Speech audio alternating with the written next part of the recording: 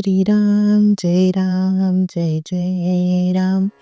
श्री सद्गुरु ब्रह्मचैतन्य गोंदवलेकर महाराजांचे प्रवचन. 27 डिसेंबर. भगवंताचे प्रेम कसे उत्पन्न होईल ते पाहावे. चमत्कार करता आला म्हणजे ब्रह्मज्ञान झाले असे नाही म्हणता येणार.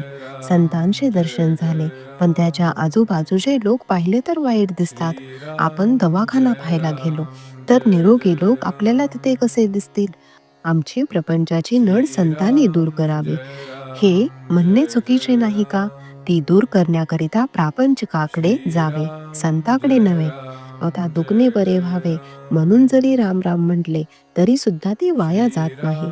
सत्पुरुषांचे अत्यंत उपकार असतील तर रोगाचे निदान काय आहे हे त्यांनी शोधून काढले.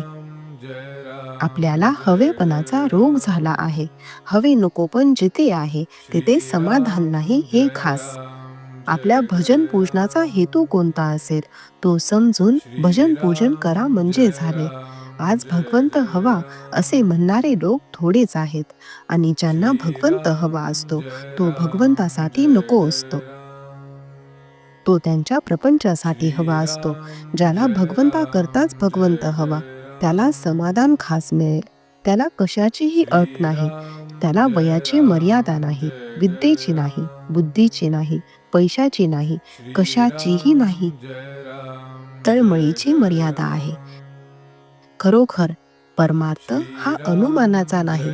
आपण नुसते बोलतो, कृती काहीच करीत नाही, म्हणून तो आपल्या आवाक्याबाहेर आहे असे आपल्याला वाटते.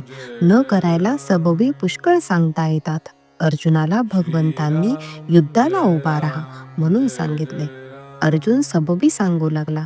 देवाला फार वाईट वाटले. देहबुद्धीमुळे, अभिमानामुळे भगवंताच्या आज्ञेला सबबी येतात.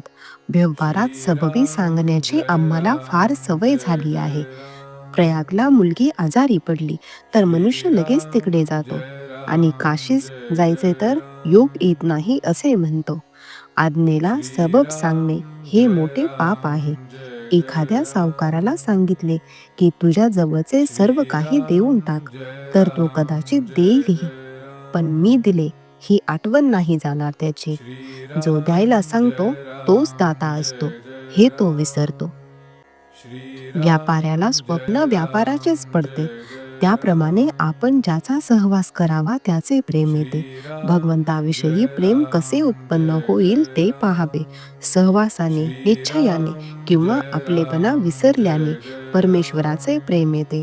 पुष्कळ दिवस एका घरात राहिल्याने त्या घराविषयी नाही का आपल्याला प्रेम येत? मुंबईत राहणाऱ्याला मुंबई आवडते. याचे कारण सहवास. गांजा प्रथम ओढताना जरी ओकारी आली तरी सवयीने त्याचे प्रेम येऊ शकते. नापसंत नवऱ्याशी जरी लग्न झाले तरी मुलगी निश्चयाने त्याच्यावर प्रेम करायला शकते. म्हणजेच प्रेम निश्चयाने येऊ शकते. राम आपल्या हृदयात आहे ही भावना ठेवूया. रामाहून मी वेगळा नाही आणि तो माझ्या हृदयात आहे असा दृढ निश्चय करून ही भावना वाढविली पाहिजे. आपले प्रेम प्रपंची लावले आहे ते राम नामी लावायला पाहिजे. श्रीराम जय राम जय जय राम. श्रीराम जय राम जय जय राम. श्रीराम जय राम जय जय राम.